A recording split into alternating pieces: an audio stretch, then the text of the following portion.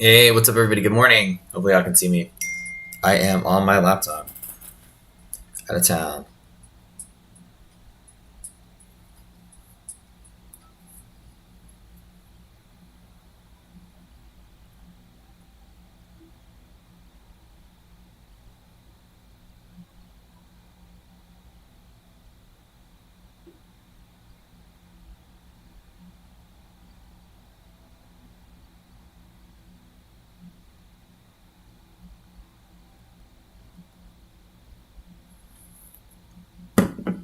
Good morning.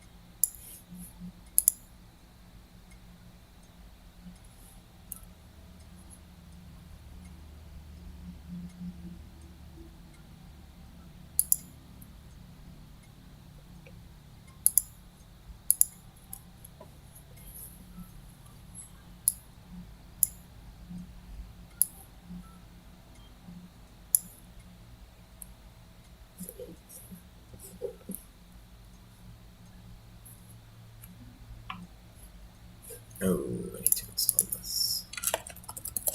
I need to get my. I had to reformat my entire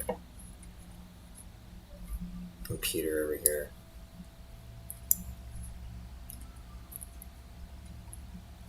So I can install my pencil tool again.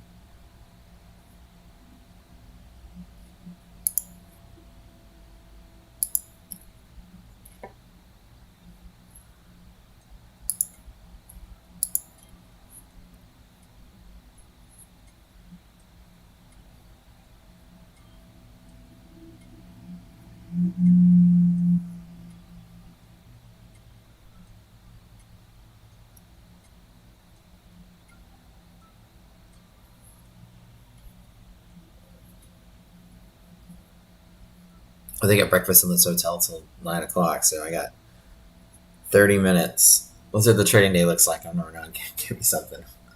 Go get me something before they close it down. I thought they would be at least a little bit later, but I get right when the market opens. Dang it! I should have got up earlier.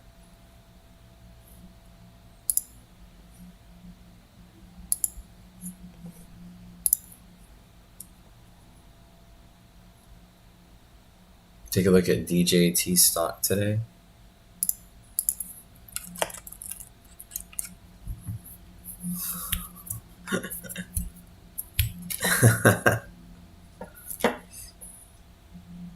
I mean, is it going to be the next meme stock?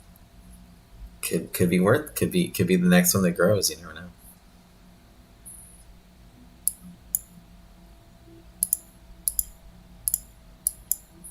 Okay.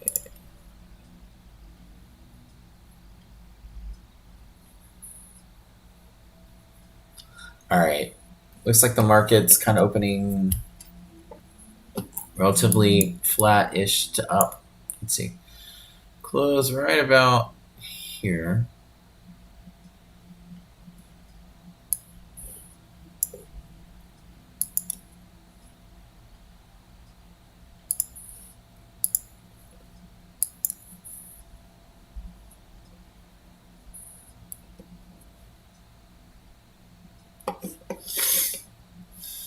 Looks like we closed right about here somewhere.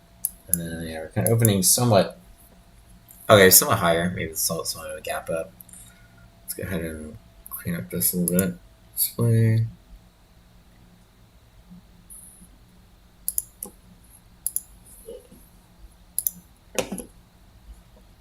Up 40% pre-market. Yeah, now that I look at it, the reason I thought that because this is UTC4.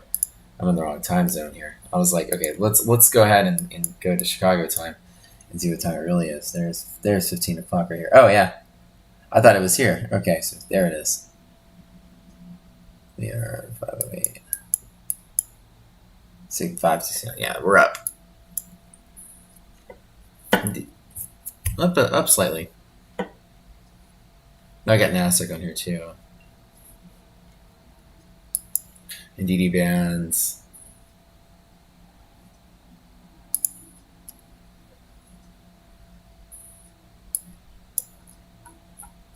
S&P.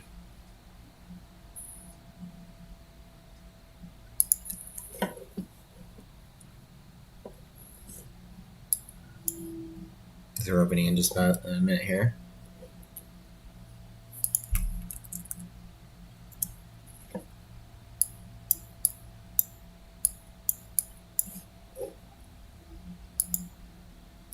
And then sometime between now and 30 minutes, I'm going to run and go grab me some, you know how it goes, continental breakfast. We'll probably have some Fruit Loops and some kind of omelet thing and a waffle in the shape of Texas. You know how it goes. Can't argue with free. Actually, just want to get a cup of coffee. All right. Gapping up, resilience positive, so already we're supporting the middle right here. Res positive. Oh, let's get something that's not like a massive thick yellow dot. Let's try something a little more palatable. All right.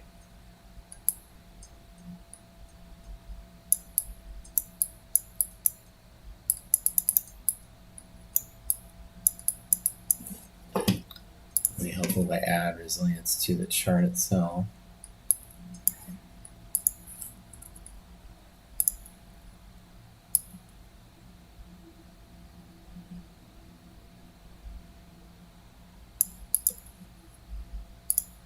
Liquidity maps are in.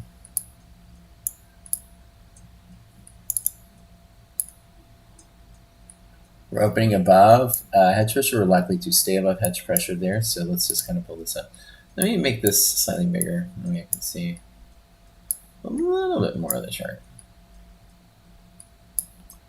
A little bit more. There we go. That's nicer, actually.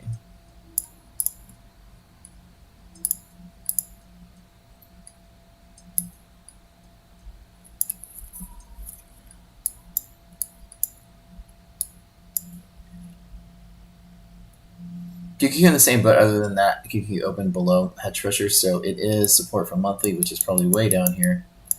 Bull zone support as well. So I don't usually short off of hedge pressure from the bottom. I don't take that short, even though this is strong, solid pressure. Resilience is greater than 0. Is likely going to bounce at half gap and support there. Opening above hedge, we expect it to likely close at or above hedge to go up towards the band. Not necessarily the most tradable thing. But if it starts picking up pressure here, DD band. So 521 support is a straight run in DD band. So right about here, it supports here. It's going to want to tap there. I hate opening this close to hedge pressure. It's like a coin flip. So it's not really easy to trade off of.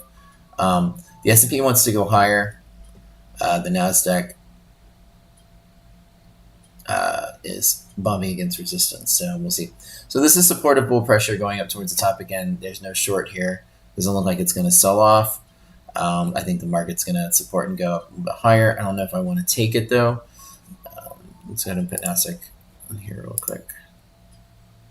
They're both pretty strong.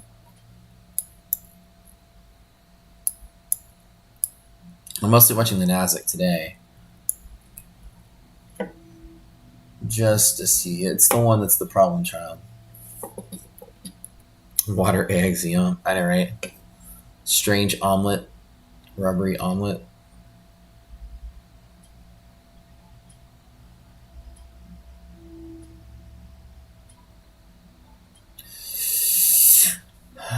So I took a 520 on long from here to DD band if it was available.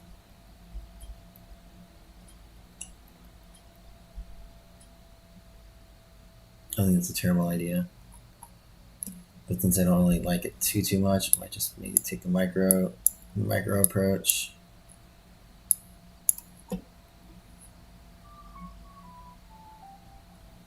I hate bumping into this like this. The S&P is definitely a long of a hedge though. 521. R&R on this. Let's see how far we have to go.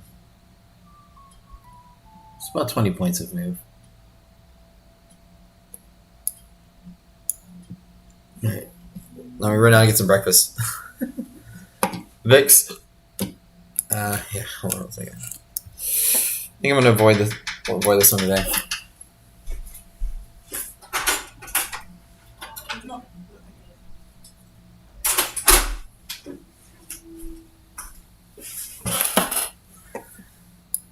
VIX is in a decay pattern. It's nice. No problems there. So VIX with the decay pattern is supporting bull side move to the upside. Definitely likes to see those non-volatile setups.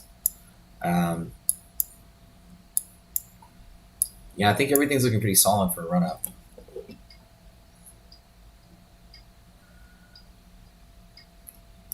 So here to there today, I think this is the move.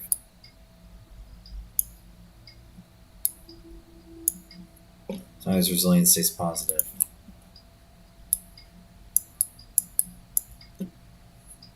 Okay, I'll see this. So there's a move here, support there, continue to go. So yeah, it's a long side run today. News in 25 minutes. Oh yeah, let me catch up to that.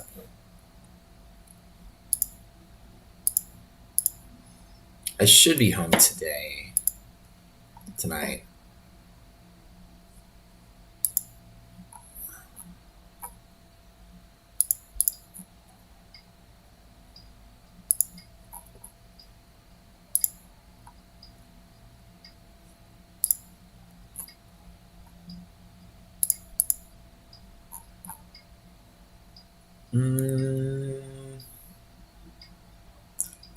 Today with the CB numbers, yeah, that's right. Consumer confidence in 23 minutes. So let me go get my breakfast now. Tomorrow, anything important? We had Fed last week, which created that big upward swing we saw on Wednesday, and now we're kind of seeing how the market's digesting the Fed news. New home sales on Wednesday, I think. No, I'm sorry, not Wednesday. No, that was Monday. Don't listen to me. Wednesday is pretty clean. GDP. Oh, okay. Thursday is going to be pretty heavy. There's GDP right at market open. Or an hour before, sorry. I say today and tomorrow it's going to be pretty light.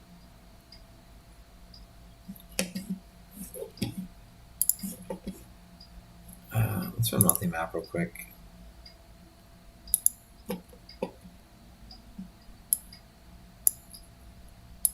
Monthly maps are showing signs of volatility. So even though it's still bullish-ish inside of here, it's still showing some signs of volatility over the next within the week. So I think that the market's going to exhibit a topping pattern by probably reaching for a little bit of a double top, and I think we're going to have some volatile swings off of that, maybe 2 or 3 down days before it continues to pick up the bull momentum again. So I think that the momentum-based bull run off of Fed is over, but I do think it's strong enough today to retrace most of those highs we saw at Fed. So this is very actionable, I would think, for the short side as well, as we see that volatility is kind of creeping up. Next couple days. And monthly map helps you see when volatility is going to be in NASDAQ. Volatility is present for a long period of time. So NASDAQ is going to get a little turbulent from here. I think that this is reaching a local top, not going to sell off, but it's going to, you see how it's kind of up and down and up and down. I think it's going to widen inside this area. I think it's gonna have a hard time growing really quickly. It's gonna have dips to buy, so it's like when you see the market like gap and go, it's gonna be a lot of these are gonna be like gap, fade, buy the dip, go. You see that a lot when volatility is present in a bull market. You will have dips to buy, so you be patient. Which is why when there's volatility somewhat present in a bull market, and we're at triple B, I'm not too eager to just jump in and long on momentum because I want to see some volatility here. Now the problem is the volatility won't give me any actionable pivots. This is the only actionable pivot we have right here, and I hate opening right on the edge with these numbers so close to zero. It's bullish enough to take the long, but I again, trading the contest, I don't risk. I don't risk unless I have to. And we got the numbers come out. All right. Would I long? In any general sense, yeah, I would long to bet that we stay on top of hedge pressure. So I'd long here. I'd long at 520 and a half. I'd cut right underneath 520 and a half. Where this arrow is, I would long here, here, and I would cut down here. Um,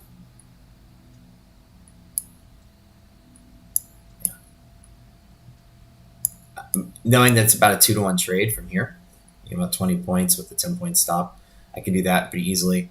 Making sure that resilience is staying positive. Right now, it's kind of like definitely there. No real rational signals other than Qs. And that's bullish to the upside. So there's really nothing limiting a long side trade today.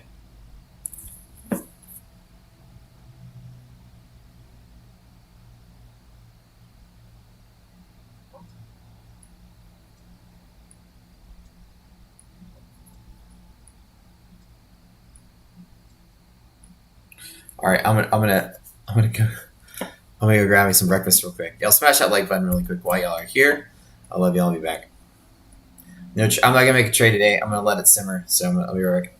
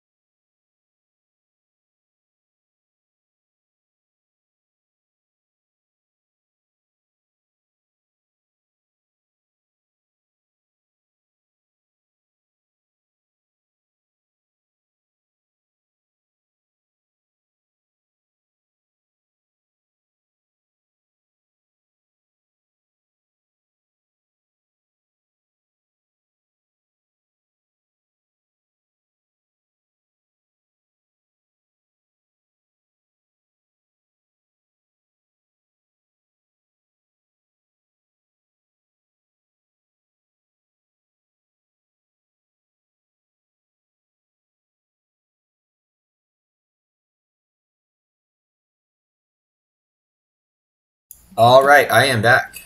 What's up, everybody? Got me some bacon, some eggs, uh, a muffin, so I'm probably not gonna eat, and a bagel.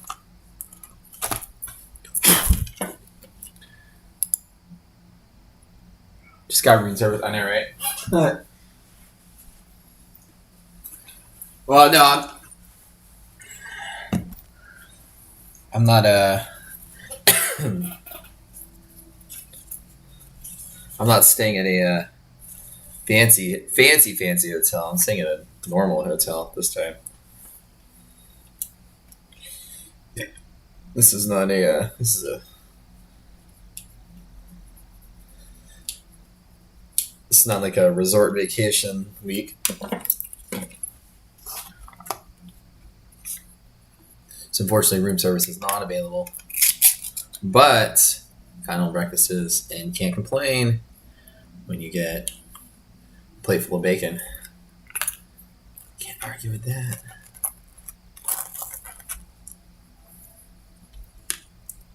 Free breakfast always tastes champagne breakfast. I know.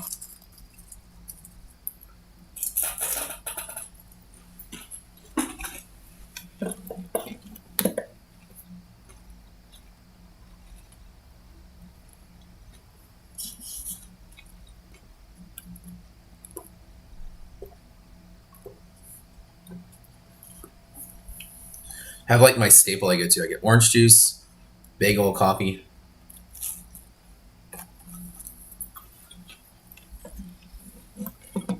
You see that Red Rocks Casino treatment? Oh yeah.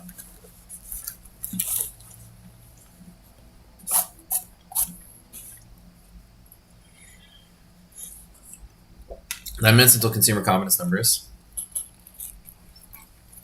Oh. I forgot to post a stream in Discord. Why are the numbers were so low?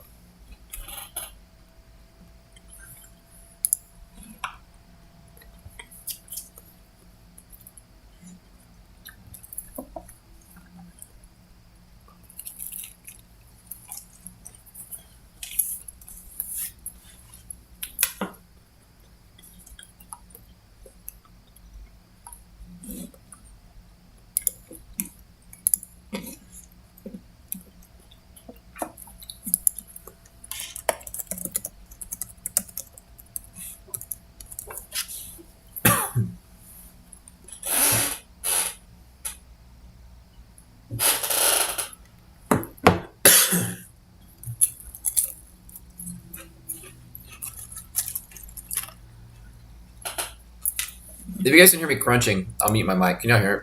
I don't want y'all to like feel FOMO that you're not getting breakfast. I didn't know. I knew I didn't offer any to the rest of the group. I also hate that on laptop. Anytime I'm on my taskbar and I go and I'm like cycling through the browser to load, so it goes to the desktop. It's so weird that it doesn't leave what you had there. You can't see it because it's on my other monitor, but I'm like trying to pick a browser to open, and it removes everything from the screen for a hot second. I'm very convinced that the people that made Microsoft never knew what was cool to users. Like this, like even the original Xbox, like they have no idea what user experience is like. They don't think like a user. They think like programmers. Bill Gates and crew. The original Xbox had like a menu system that was just horrible on Xbox Live. It's like buying games and stuff. It was like menu inside of menu inside of menu inside of menu. It was just like, ugh. Yeah, you got to thank the Apples of the world for creating like a friendly user experience.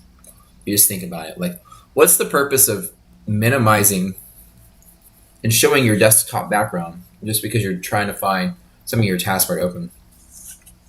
Why would you care to see what your background looks like? You don't think about that. Breakfast ASMR. You hear me crunching bacon?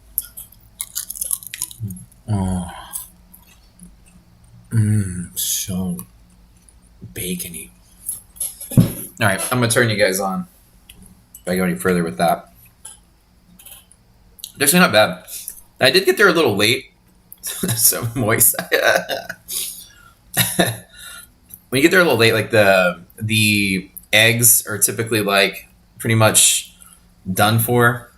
They're usually dry and stuck to the side of the bowl, but whatever. It's an egg.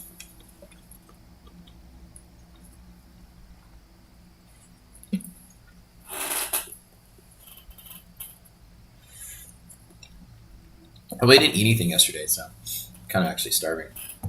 All right, so no trade today. By the way, this is not a good setup. The reason for no trade today is because it's right on the edge of the pivot. It literally opened at the pivot. Normally, I would take it. Like right now, it does look good. I mean, actually, I don't know. I could take it. That's what Nasdaq is looking like. But anytime I'm just not super sure or not super convinced, I'm always going to touch it with micros.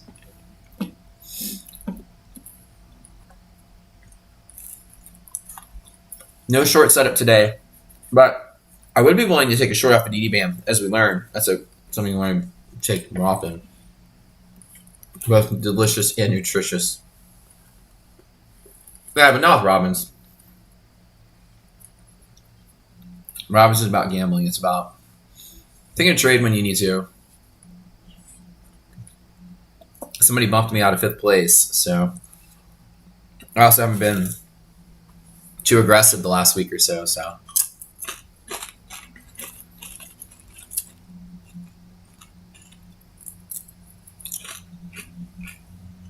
Those bacon's really damn good.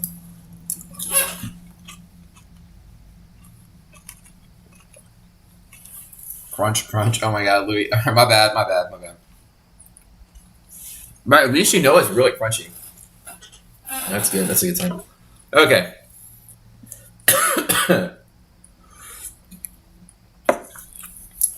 Currently development, we're wrapping up some final changes with our data feed stuff. Everybody should be good now on data feeds, right? How are you enjoying the new candle data, by the way? I know a long time ago, there's a huge debate in the community, like, should we pay $3 for data? Blah, blah, blah. And I was like, trust me, it'll be worth it. Since we launched it, there's been zero, negative feedback. Everybody that said anything so far has loved it. The better candles, faster platform, faster everything. Huge expense on our behalf, but worth it, right?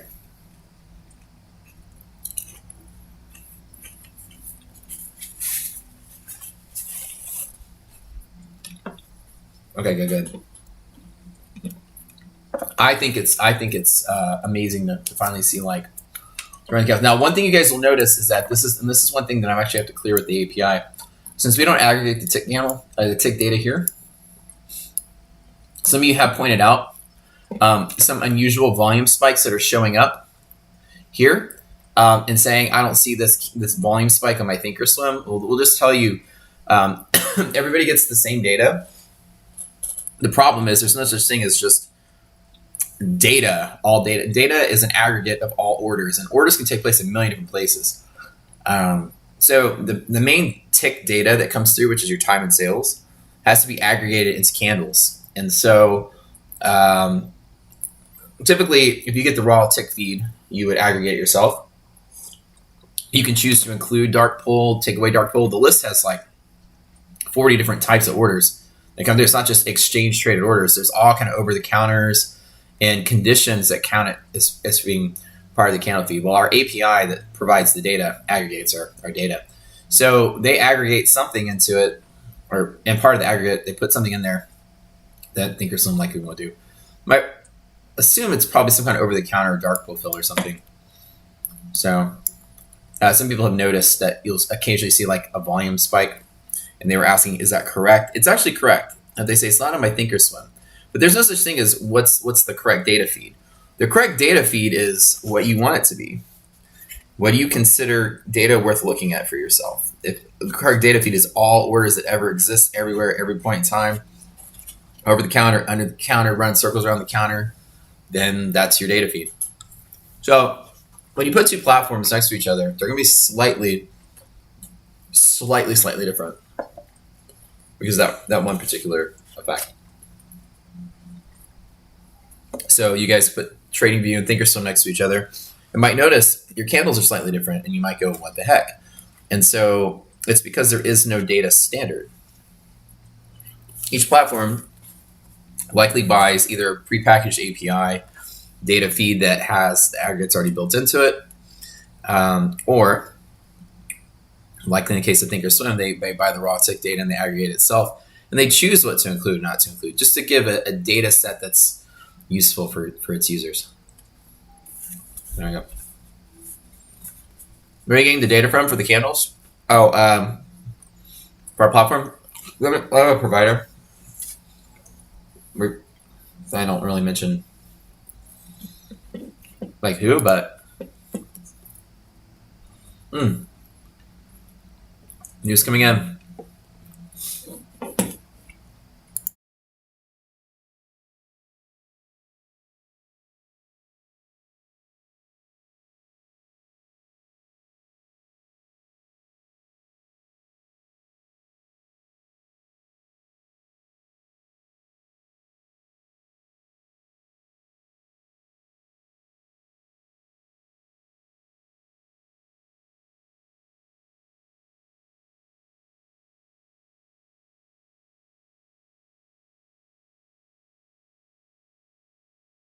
Yeah, I'm muted. Give me 2 seconds, guys.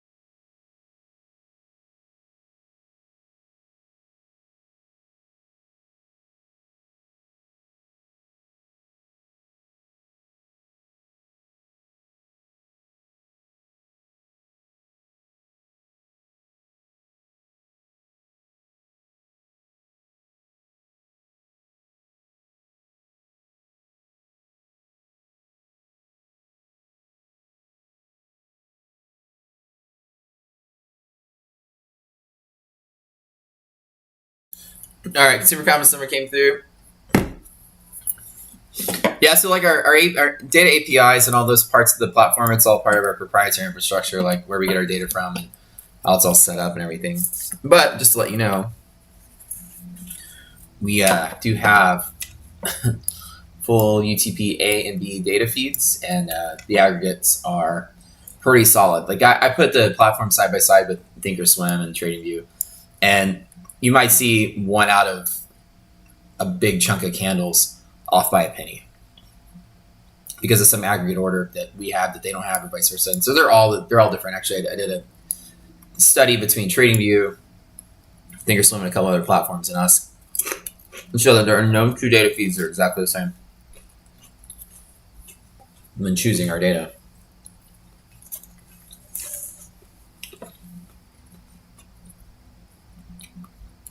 Actually, you guys, building a trading platform has been a really fun experience. There's a lot of people out there who design indicators and sell indicators, for instance. That's one thing to do that. Like that's your job. You make an indicator and try to sell it. There's another thing to build the platform itself. It's a whole different challenge. And it's been such a fun experience. Like we did build indicators and such, for inside of our platform. But there's one thing to be like a mitten on a shelf at Walmart, and it's another thing to be the Walmart itself. So it's been kind of a whole different experience building marketplace and platform. Really fun. I'm learning so much about the industry. Hopefully you guys love the product. Obviously the platform is my pride and joy, so hopefully you guys are enjoying it and it's working very well. Even being, not even 2 years out the door, Hopefully it's up to everyone's standards. Obviously, you know, I've never built a trading platform before. So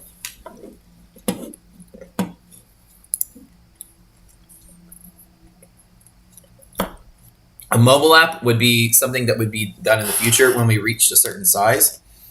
The mobile app doesn't make sense now because there's so much we need to build instead. The mobile app will be a great thing to have, though. So eventually, yes. When we get big enough, so there's a certain percentage of your users. When you do this kind of metric, a certain percentage of your users will be doing mobile. So there's a timing on when that's appropriate to invest a team to build that. And so I would say that we would pursue a mobile app likely a year from now or later. Now, you can use the platform on a phone. I do it sometimes. It's not the most, it's like this exact experience. So you can like move the browser window around and zoom in. You can trade from it. It's not terrible.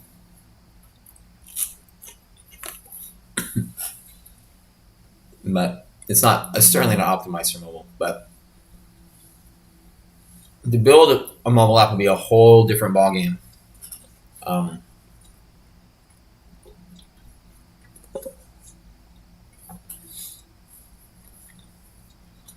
So, for instance, I need to double check, which we haven't explored yet, the feasibility of that, is that does the trading view, because we white label trading views charts just for the charting experience, I can tell you. Just like this part of here, we white labeled someone else. So then we'd have to create the charting UI from scratch and everything else we built. So in the repository, I don't know, I haven't checked. So I probably need to. Do they have accommodations for a mobile app, or is this just for the web version? If they don't, then we may have to build our own charts from scratch, so that we can build our own mobile charts from scratch. So that's one thing that I don't know the question to. Like we may not be able to quickly take that path, and we have to rebuild everything from scratch to take the mobile app route. But ideally, one day we would. I'd like to have an app. Yeah, TradingView mobile. Well, the thing is that I know TradingView has a mobile app. The difference is they may not release that code into their might not be that library might not be available for the third-party developers like us. Like one thing that's interesting, TradingView experience is not the same as our TradingView experience because they create things that they don't put into their library. Like they have like a standard package the developers like me can use to build off of. But it doesn't have all the features that their platform has. They built their own stuff on top of their own core library. So they're gonna have TradingView is gonna have things that even TradingView licensees can't have. We have to build everything else around it. But yeah, so the question is because I haven't checked, it was never explored at the time, but do we have the availability to have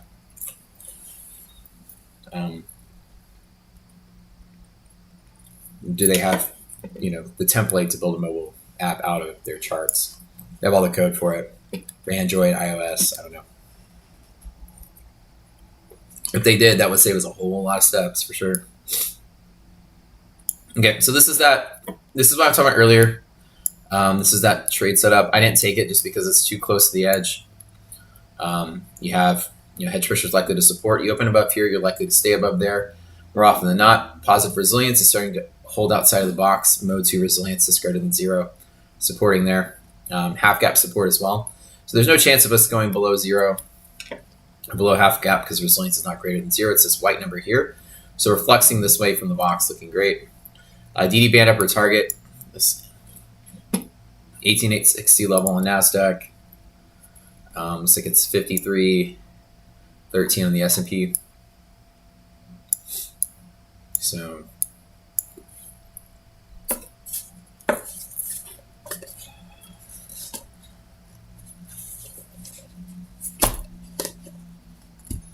Are we filling the gap on SPY today to the downside? I don't think we're going to fill the gap to the downside until it hits an upper higher high.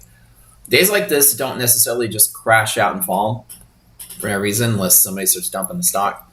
Days like this usually find highs before lows, if they do even do that. So always tell yourself when you're trading internal to like the overnight move like this, the rarer cases for me to jump in and try to short for a gap fill, especially when the indicators say it's not likely. So while it can happen, it's the rarer case. What I like to do is wait, if that is the trade I want to make, for it to hit something to short. I always like to short off of something, not just short into something. That's kind of like my rule of thumb. So you guys, you're writing stuff down. Matt likes to short off of something, not into something. Meaning that if the move's going down, I'm like, let me short into that move, right? Never the case. Shorting is so different than longing. Longing, I will long into the move all the time. Market's breaking to the upside, then we jump in on it somewhere. And we grab the first pullback, whatever. But on the short side, I always like to not trade into volatility, like shorting on a red candle. I like to find something to take the short off of if I do. Because downward trajectory is like stocks or markets that are selling off tend to sell off more violently with ups and downs. Volatility is higher. The markets that go bullish, the volatility is lower. So with lower volatility, there's less chance of a big pullback on a bull move. There's a high chance of a big pullback on a down move because it gets very V-shaped seesaw on the way down. If you imagine how this is just kind of trending this way, but then it's like big giant V's. Look, we're even pulling back a little bit here. Is that sell-off? Is that volatility? It's hard to say. So that's why on the short side, I never short on a red candle thinking I'm going to get a breakout to the downside. Markets don't break down the same way that they break up. A breakup is going to be a swift sudden move that really doesn't stop. You're going to feel the pressure all day long. Like if you're shorting a move and it breaks out against you, you know that feeling. It's like every minute it creeps slightly higher and slightly higher and slightly higher, and your stomach gets more twisted in knots. I know the feeling. Like you short a move and it's like this, and then it pops, and then it like does this a little bit, and you're usually like, oh, okay. Maybe it's going to crash and sell off. Nope, there's just a green candle there. Green candle there. Oh, God, okay. And it's like, okay, finally it's going. Bloop. And then a green candle comes out of nowhere. You're like, gosh, it's just like not coming down. Because the market does not want to be volatile, typically on upside moves. But downside moves is different. Like if you long, market goes against you, typically it moves very quickly, and then it comes like right back. And then it moves very quickly again. Like it moves faster and wider moves. So it's like this, when you try to short a long market goes against you, it's just going to like slowly eat away at your soul. If you try to long a market and it goes against you, it's going to be a roller coaster of, oh my God. Okay, good. We're safe. Oh my God. Okay, good. We're safe. Oh my God. Phew. Oh, okay. We're safe. Here, the whole time, you just feel like a slow burning pressure against you. And the reason the feelings are different is because the way it trades different. Long markets are non-volatile. You don't get the pullbacks to make you feel, oh, thank God, I might win this trade. Long markets don't have big V's on them. So it's much safer to trade into a bull breakout because the chances of it pulling back and selling off is very rare. And the volatility is low, so even the pullbacks are very small, like they're consolidating before it breaks higher. You're not going to get like big pullbacks. So I usually will long into something on some red candles, but I'll never chase a short into some red, ever. I will wait for a green to pop and hit something that is a resistance and then short on that green candle every single time. I'll never short on a red candle. Never. It looks really clean. Oh, let me start over. It is really clean, Kevin. You're right. When I say it's on the edge, I mean that it's opening right here on the edge. It's opening like at the spot. It's NASDAQ open slightly below, S&P open slightly above. It didn't open with enough room for me to want to play it. I usually like to see a little distance from hedge pressure, but even if you were somebody put a gun to my head and said, what are you going to do, Matt? You're going to long. Okay. Or what are you going to do, Matt? I say I'm going to long, which is exactly what I was talking about this morning. While it is all things looking good, as you said, Kevin, it is very clean. Let me start over by saying it doesn't look like it's clean. It looks very clean. It just doesn't have a palatable setup for me because it's sitting right here.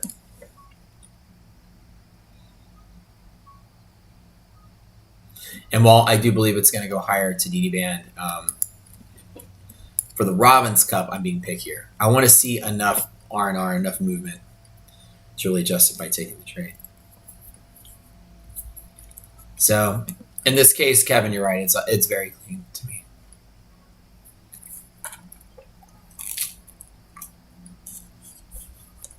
Jonathan says, I like the big pre-market candles, usually good support resistance. Oh, yeah.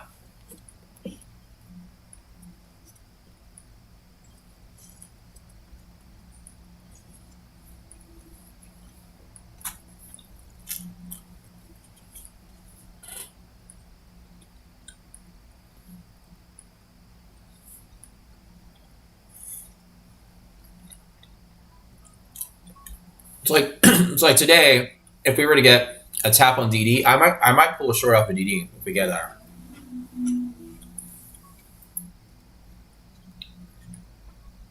Or a long from hedge pressure to DD.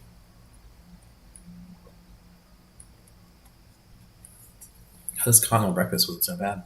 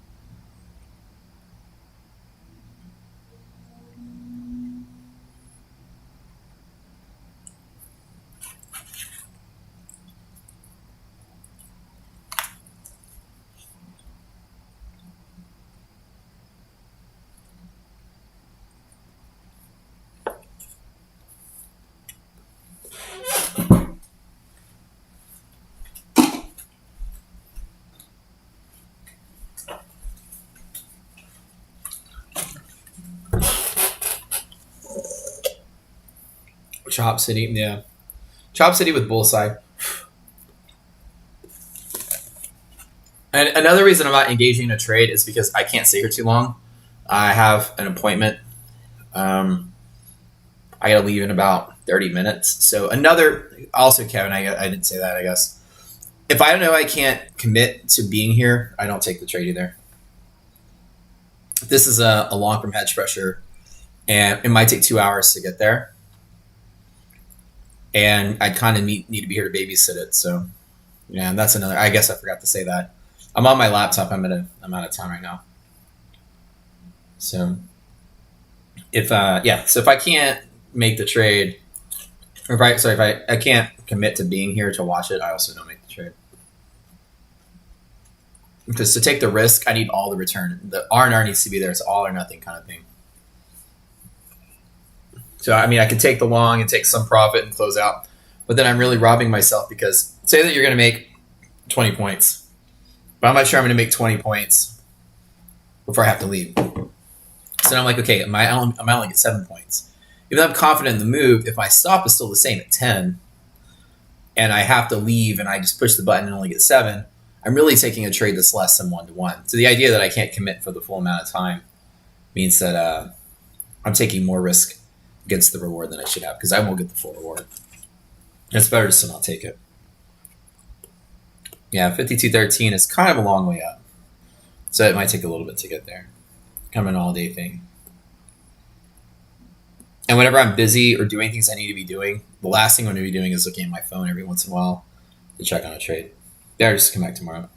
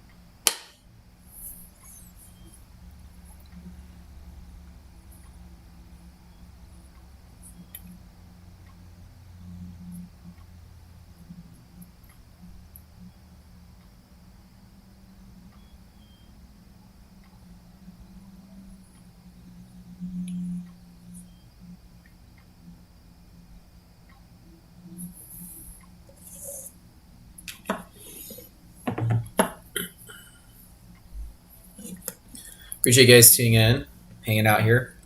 With that being said, I'm probably going to bounce out of here, but you guys see my thoughts on this. Um, Market's trying to find some momentum. Like I said, it's not going to rally really rapidly. It's still in that short squeeze mode where dips are getting squeezed higher. Like I said, I actually in this mode, I want to see some momentum. I kind of want to see some volatility to stir up some movement. I hate this type of. We're kind of in that interim that we had some Fed decision, pop the market up higher. The market's trying to like gently pull off of that, right? Markets, kind of just to recap what we've seen. We had a huge on a no move on Fed with some promise that they're probably going to cut rates at some point.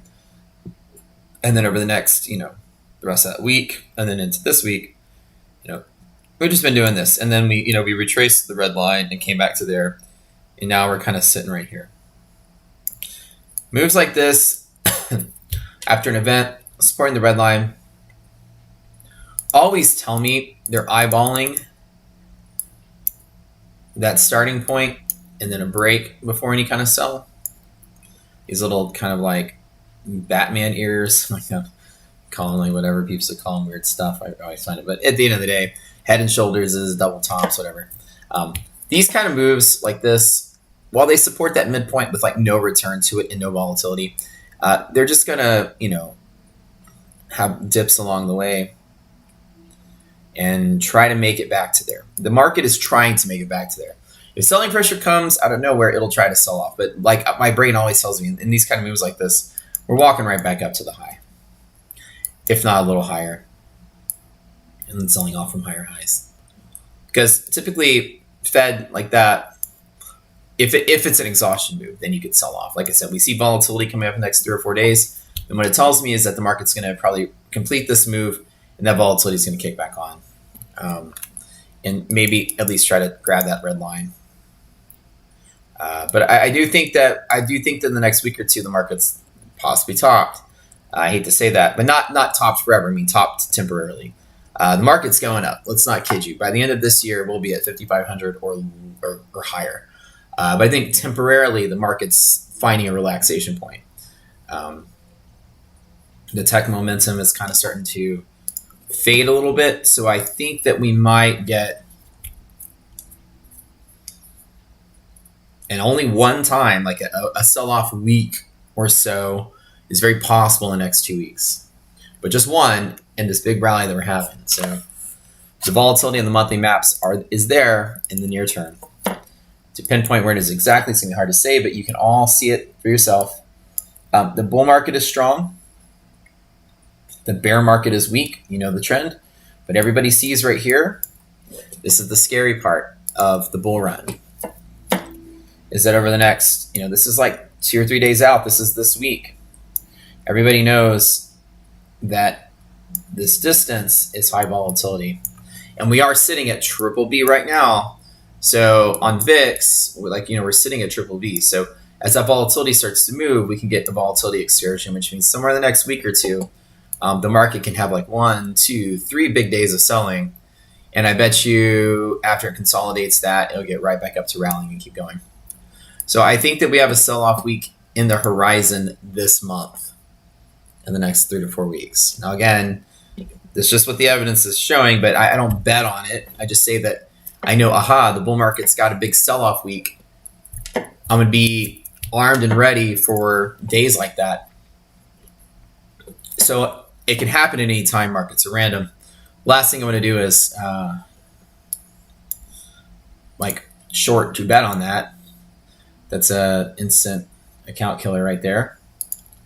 Never bet against the bull market. Just be aware that some volatility is on the horizon. The S&P, nice and strong. The bear squeeze is still there. The market's still going to creep higher on every dip, but you can see that here, there's a pocket of volatility the same all through here. Now, again, ignoring these small lines in the middle, the way it's drawing those boxes, you can see that the same thing kind of applies. Volatility gets really huge before expiration of that month. So between now and April expiration, as everybody see volatility goes up, it's the space between bull and bear zone. So with volatility being said, is that this move is likely to exhaust, and from that exhaustion point, create some waves of selling, which again is not a bear market. It's likely to take one, big solid dive, maybe 3 big giant red candles or something. Then it's going to crawl its way back, trick a few bears, consolidate, and probably just hang tight and keep going, or cycle for a little bit until this shit is over and be like maybe this and then go. But the market's still strongly bullish without a catalyst. I don't think it's going to have right now. We're pricing in rate cuts. So did I say rate hikes earlier? I meant to say cuts. We're pricing in rate cuts. So the bull market's sustainable. But at the end of the day, just keep in mind, the volatility gets bigger and bigger and bigger the further out in time you get, because the uncertainty of the bull market is still there. People see that it's bubble-ish in their opinions. I don't think it's bubble-ish. I think it's substantial. And, the AI thing may or may not be a bubble in your opinion. But I think people are betting that it will be, which is why the volatility is small, medium, and large. So we'll see.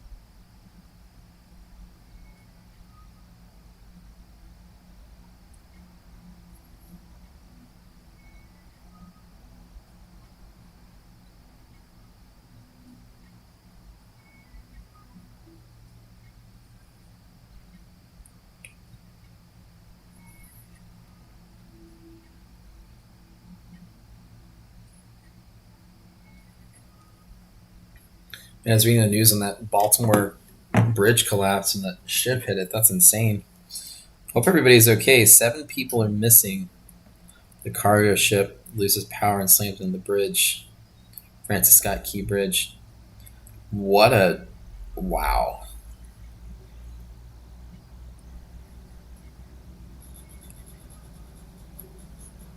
Hope everybody turns up. What an insane tragedy.